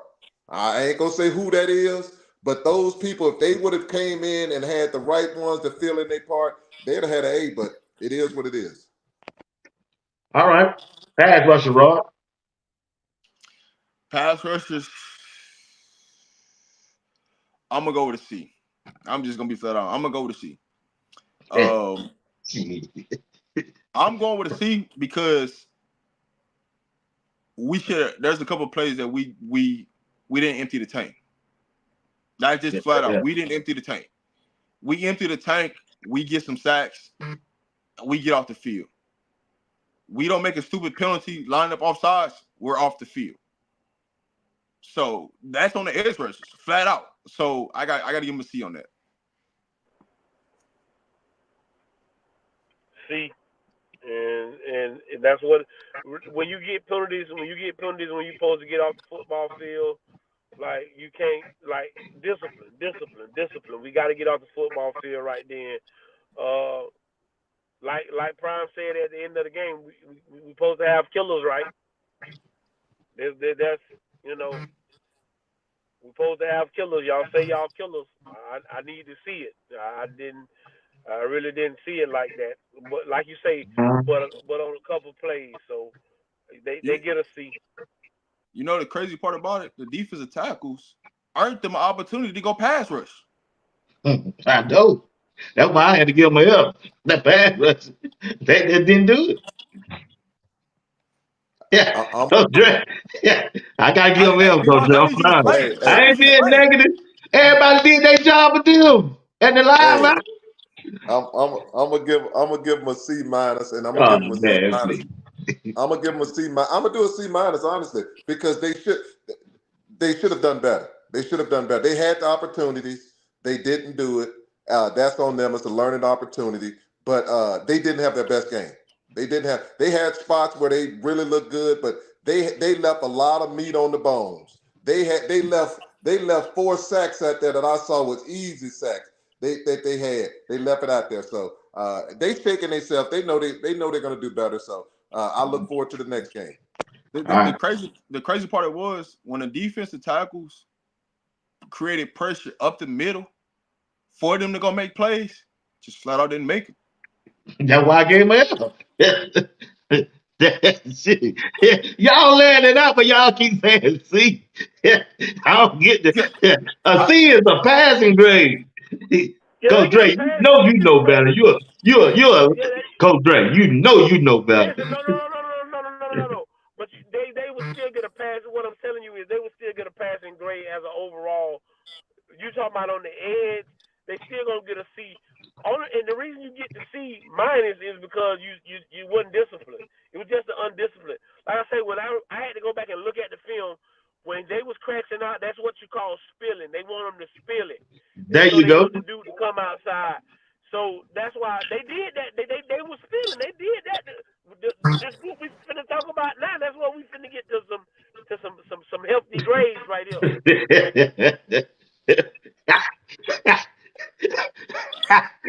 Well, you go get to him now. Then it's on you. The first half F, second Yeah, half C plus. That's what we yeah. getting. First half F, second half C plus. I mean we just got to be honest with ourselves. Hey, that's why. That's I why told I'm all honest. That's why I said they get an F first half, second half. I'm gonna give them an A. I'm gonna give them an A minus. I mean, what I'm saying is we got it together. But So as we a can unit, go from there. yeah, I gotta go B plus. Yeah, you get what I'm saying. So, but that first half F, second half, or you know what? We ain't gonna even say F. We're gonna say I. You know, you got the I thing for incomplete. Yeah, That's what we got. incomplete. We got incomplete for the first Yeah, half. yeah. You look out But for them like I say, when you nine. go back, when you go back and look at it, like I say, I think Coach Dancy got them ends filling for a reason. We supposed to be there to fill it. We supposed to be there to fill it up, and we wasn't there to fill it up in the first half. So yeah, we give them an incomplete on the first half, and we gonna give them a C plus on the second half. Yeah, Bentley, he played. Bentley helped that grade bump then. Oh yeah, Bentley gets a. To me, Bentley gets an A. Bentley gets an A. Okay, we want to. Bentley get an A. No, that's Hillgreen no, get that's no. We ain't gonna call name. We ain't gonna call name. Yeah, we ain't gonna call names. The only problem that I got right now is the only thing that hurt Colorado in this situation is Bentley and Hill Green can't play together because they both the green dots. And Say that one more time. Well, we can switch. We can I switch said helmets though, bro. You can change them dots. Listen to what I'm saying. I I know didn't hear you. they That's my man. can. They just didn't. Both of them was the green dots, and they were the best two that was playing lights out. So if you just switch them and put them both on the field together, the linebacker play might be I missed you, bro. You break it better. up on my end. What you say? I said, can you hear me? Yeah, I hear you now. Okay. I said if Hill Green and Bentley are both not the green dots and they're both in there together, the linebacker play is better. With both of them being the green dots, you can only have one of them on the field at a time. If they just switch helmets and both of them was on the field, you might see something different at the linebacker position. But we saw it second half. That's why you seen Bentley play majority of the first half and Hill Green play most of the second half. They're both the green dots. You didn't see them on the field together.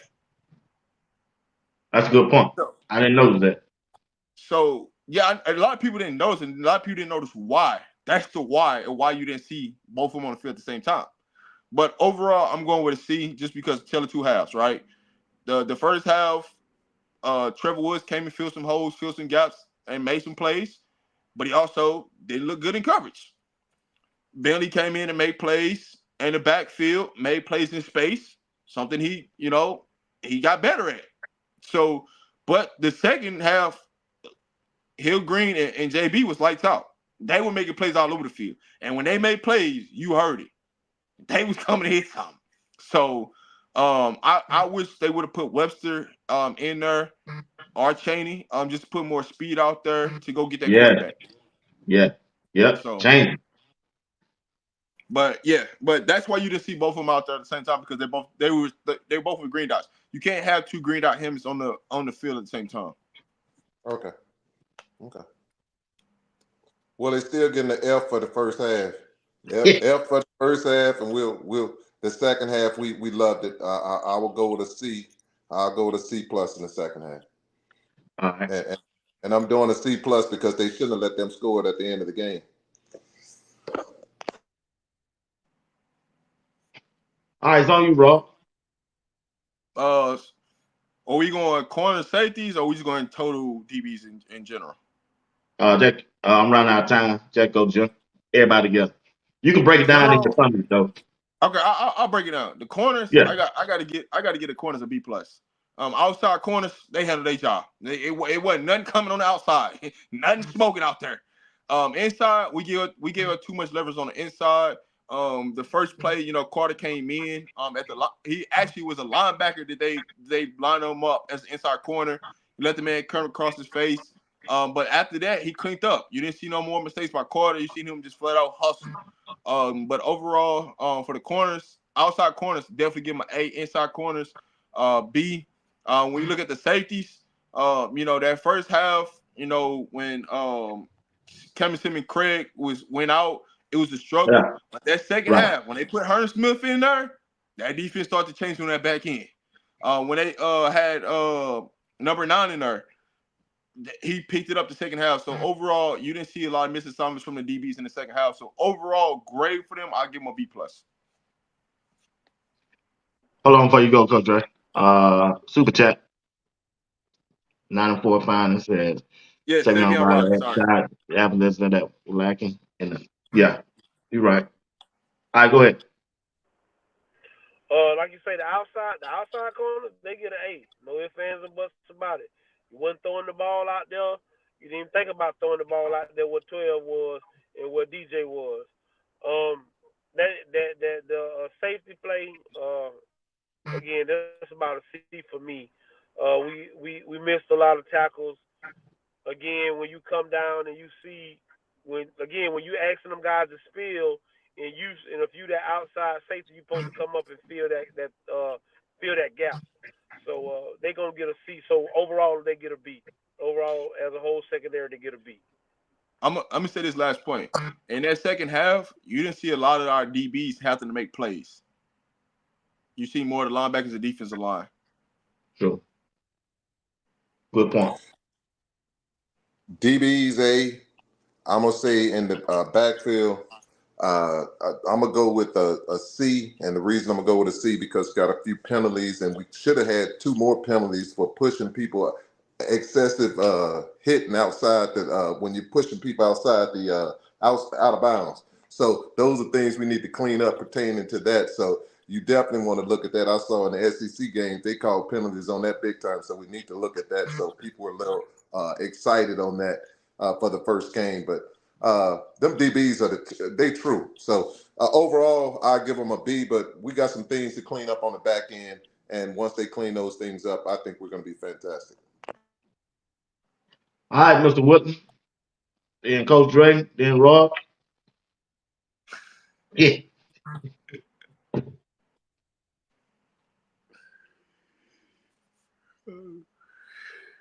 You going Coach Mr. Dre Woodson, first? you there? Oh, okay. Who do you want to go first? y'all like y'all scared to jump on. No. I'll go first. Rod dropped I'll his go head. first. Coach Dre went off the stream. Yeah. Okay, I started off there. Okay, I For first started half. off. No, let me do it, B. The first half, I'm gonna give him a C minus. C minus.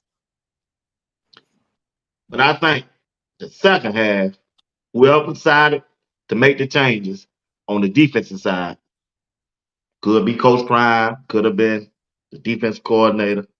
I'm gonna give them a B minus, a B minus in coaching. That's how I see it. Cause the coaching was different first half.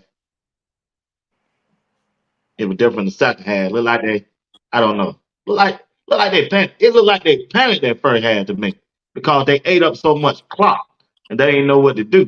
North Dakota State. About the substitution and all that, man. It's just too much. I said, man, why all this substitution keep going on in the first half? That throws me off. Because the players couldn't get comfortable, couldn't get in no rhythm or that. I just say, overall, I just give them a B. I want a B minus. That's me. Go ahead, Rod. Because Steve don't want to go. Go ahead. Overall, I'm going with a B, and the reason why I'm going with a B is when you look at that first half, they really did put players in opportunities to go make plays. It's just the players didn't go make plays. That ain't on coaching. That's just players being players. And so now the mistakes that happen that I take away from them is at the end of the game, clock management, right? Being able to manage the game so don't put your defense back on the field, close the thing out, and we taking a knee, right? Player personnel got better as the game went on. You didn't see a lot of substitution. Players start to get into a rhythm. The first half, it was more of a feel, right? They were trying to feel for who should be in the game, who won it, who got it. And like I always told you, it don't matter who start. It's about who finished. And majority of the players that finished that game didn't play a lot in the first half or didn't play. When you look at the linebacker position, they didn't really play in the first half or didn't play not one snap and played the whole second half. Defensive line, outside of like Chidozie, right? They end up taking BJ and Dayline off the field. And they went with somebody else. So it looked like they were tired, Rob. It looked like BJ and Davion were tired. Listen, I'm telling you, and I'm just looking at what I've seen. And I'm looking at what I looked like they were tired, bro. Yeah, this is one of the things I didn't go over. How much teaching they did on that sideline. You gotta get your hands up to Phil Longhorst because he did a lot of coaching on that sideline. I know the camera didn't show it, but he had that tablet out to every series, and he was going over and breaking down. That's exactly where I was sitting at. I was sitting right in front of the offensive line, watching the game, so I knew exactly what was being said and how it was being taught. So, that's why I got it. The teaching off the field was being done. The adjustments were being made. That's why I got to give this a B because I had the in-game experience and not the television experience of it. I'm gonna go with a C plus. The reason I'm gonna go with a C plus is because the game plan that they had. Yes, they put a game plan that was winnable and that they put people in a position to make plays. They did that.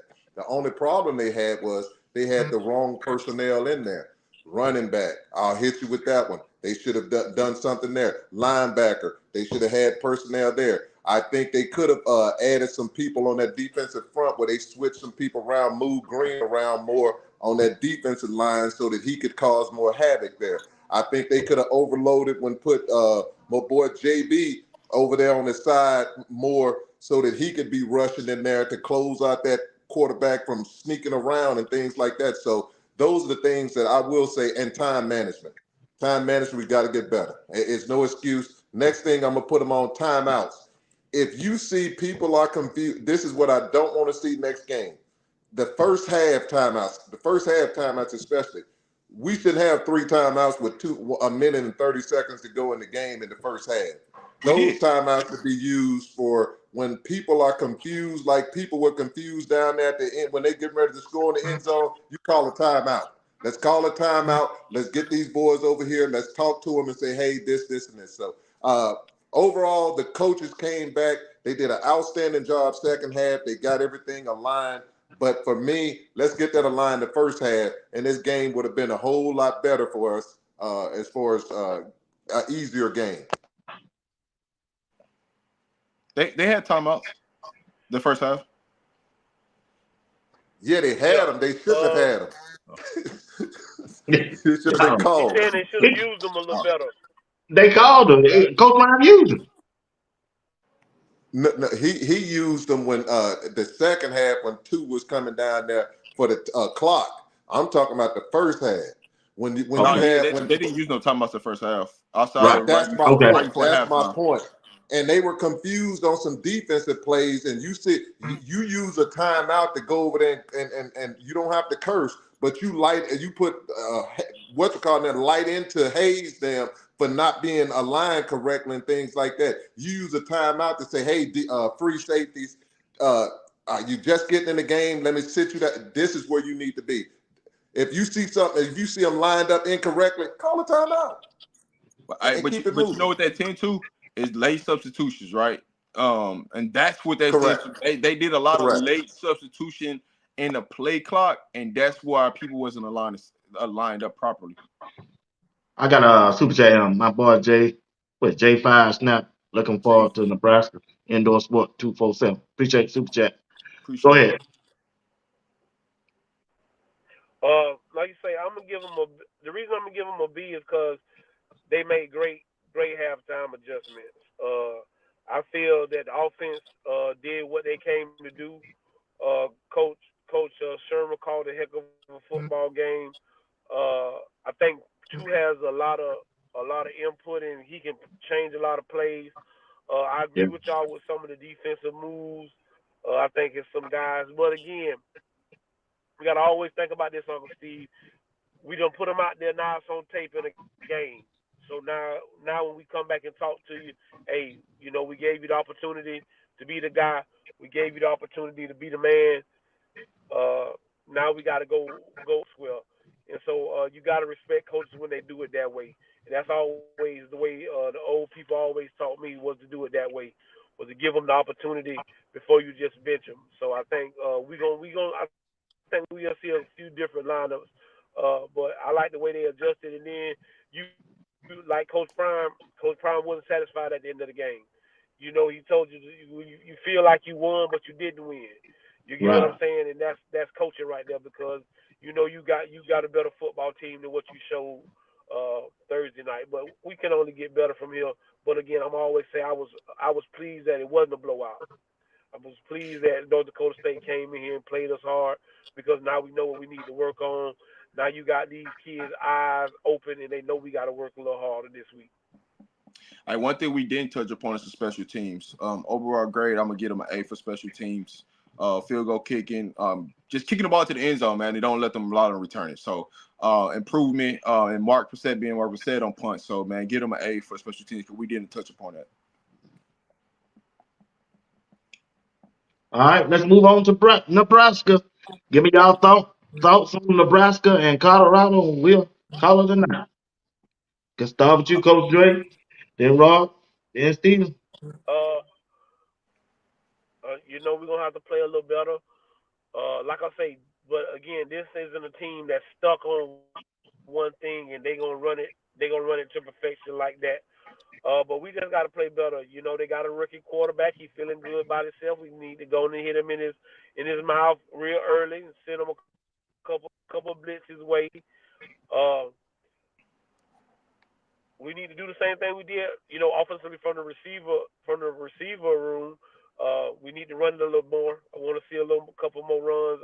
Like I said, I think Hayden should be the guy going into this week, and the defense just need to build off of what they did the second half. We just need to build off of that. And I think we in good shape to get us to be 2-0 to get us a win going into Nebraska. My expectation, I'm gonna keep it short this week because I got a live show tomorrow. We're gonna get into it for real. But for me, I expect Nebraska to do the same thing they did last year on defense. Rush 3 and drop 8. I don't expect nothing different because if they come up here and blitz and go anything man, it's gonna be 6 on the board. So I'm telling you right now, they gonna play a lot of zone. You can just count that. They might blitz here and there, but they gonna do that. But what I expect from my offense to be able to run the ball, trust the gap assignment, the way the play is designed.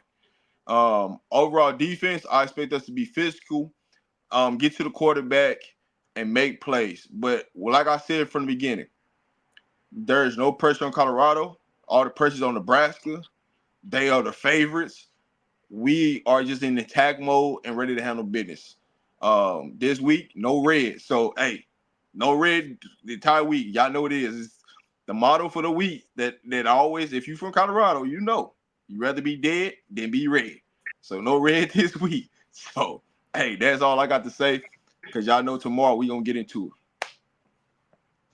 I'll put it to you like, what numbers are quarterback? 12. 2. They 2. I expect to be 2-0. I expect to be 2-0 after Nebraska. It's just that simple. And I had somebody give me a call. Hey, well, remember we talked about? I said, man, I ain't worried about that. I said, y'all do remember we played Nebraska last year with the worst team and beat them. So what makes you think Nebraska gonna beat us this year? quarterback who still got Similac on his mouth. I'm just letting you know. He still got Similac, and he's sitting around there like that Mahomes, and he flicking that ball. I love it. He's flicking it like this, and he flicking it over. I want him to throw it behind his back. Let him go out there. He gonna feel what Mahomes felt when Tampa Bay was hitting him. This is the time to hit him in his mouth, put some corn in his mouth instead of Similac, and we gonna get the rolling. So people who want to call and do all that talking, Nebraska just like any other team. If they corn huskers, let's husk that corn and keep it moving. And that's what I'm saying. We're gonna be 2-0. And please, rushing 3 and setting back 8 against 2. Shepherd, here we come. I tell people all the time, when somebody pass you and they driving fast in their car, what do you blow? You blow your horn. There you go, Jenny. Keep it cool. Keep it moving, man. We gonna rock them.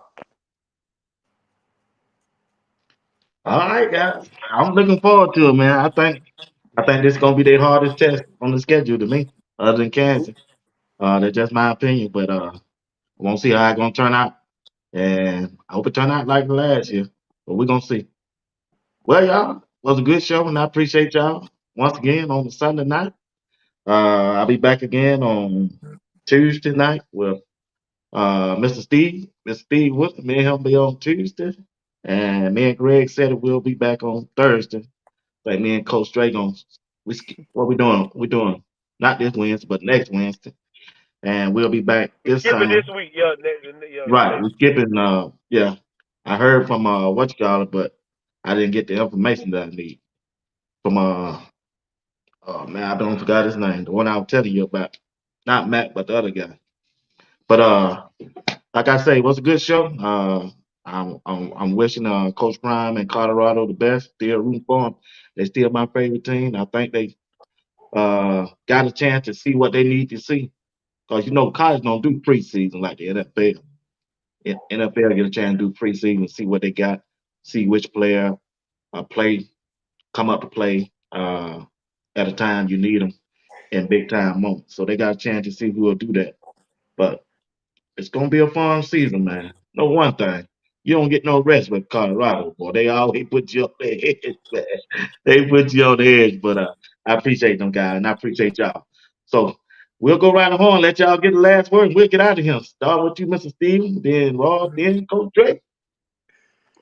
I tell all the people out there in podcast land, thank y'all for coming out and supporting and doing your thing, spending time and just listening to some good old boys, just, giving our point of view on things. We're going to keep it positive like Coach Trey, Rob, and BWatts. We're going to keep it positive. We're going to be honest about things. And the next thing I'll tell you is this here.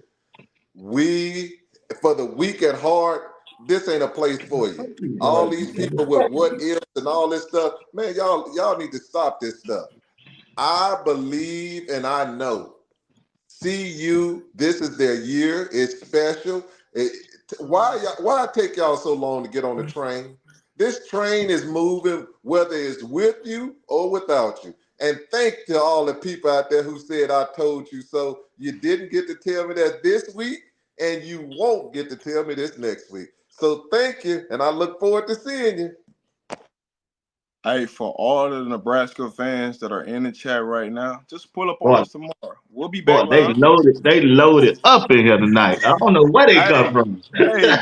y'all just pull up tomorrow. We got time tomorrow that we gonna real get into it. So y'all pull up tomorrow. Y'all check us out tomorrow. We will be back. Shout out to the CU aunties in the chat. Hey, all the Nebraska fans, y'all pull up on us. Yeah, we gonna have this conversation. We gonna have this talk. One thing I'm gonna tell y'all corn fans, is this. Prime is undefeated in the first 2 weeks of the college football in his career. And he don't plan on losing against the Corns. So we'll see y'all.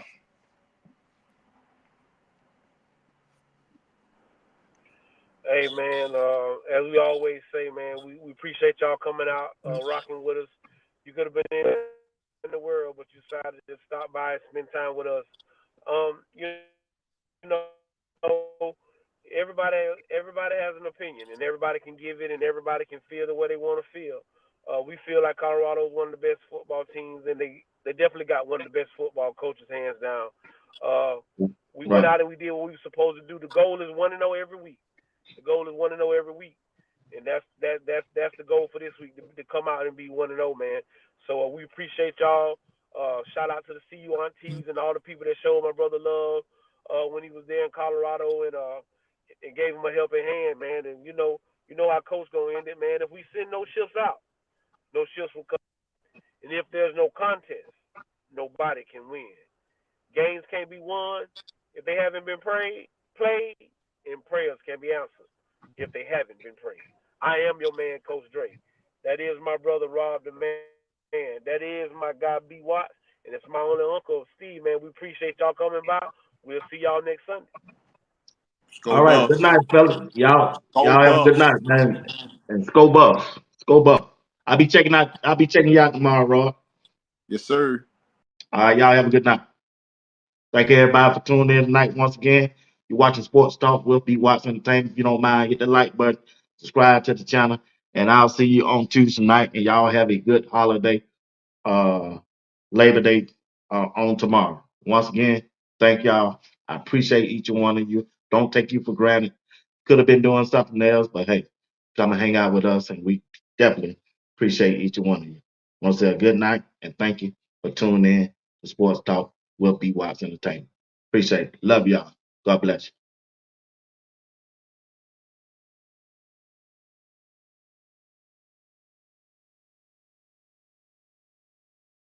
Now that hope has elapsed, it's time for expectation.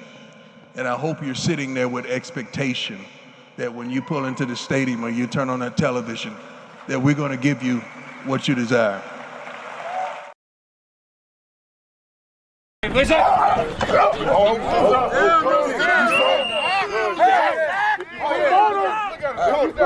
Toward him.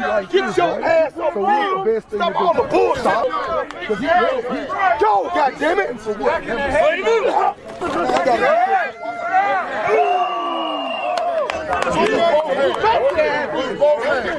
Well, get out the way, bro.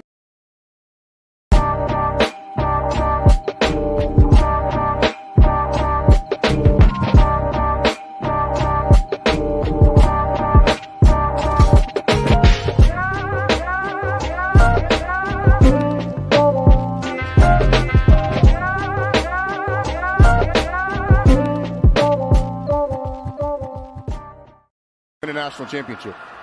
See the use of the tablet on the sidelines, one of the changes this year.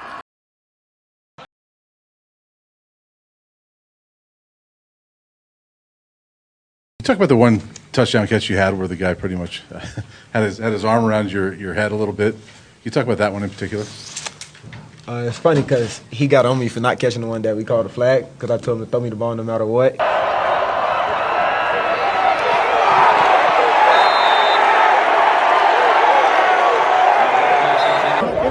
Give me 11 first down. Hold on a second. Just relax, guys. Let's go. I want to go.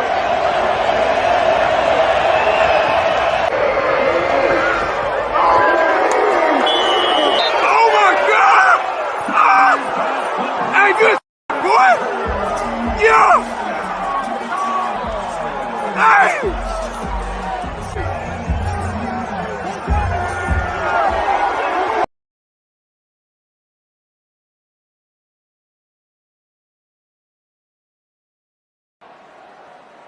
There's Henderson making the catch.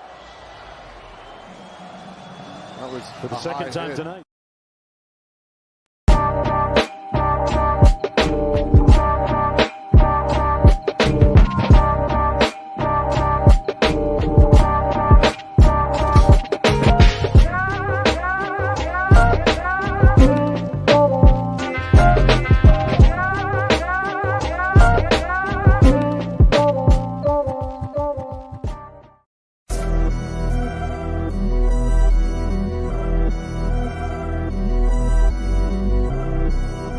Watching Sports Talk with BWatts Entertainment. I'm your host, Bernard Watt.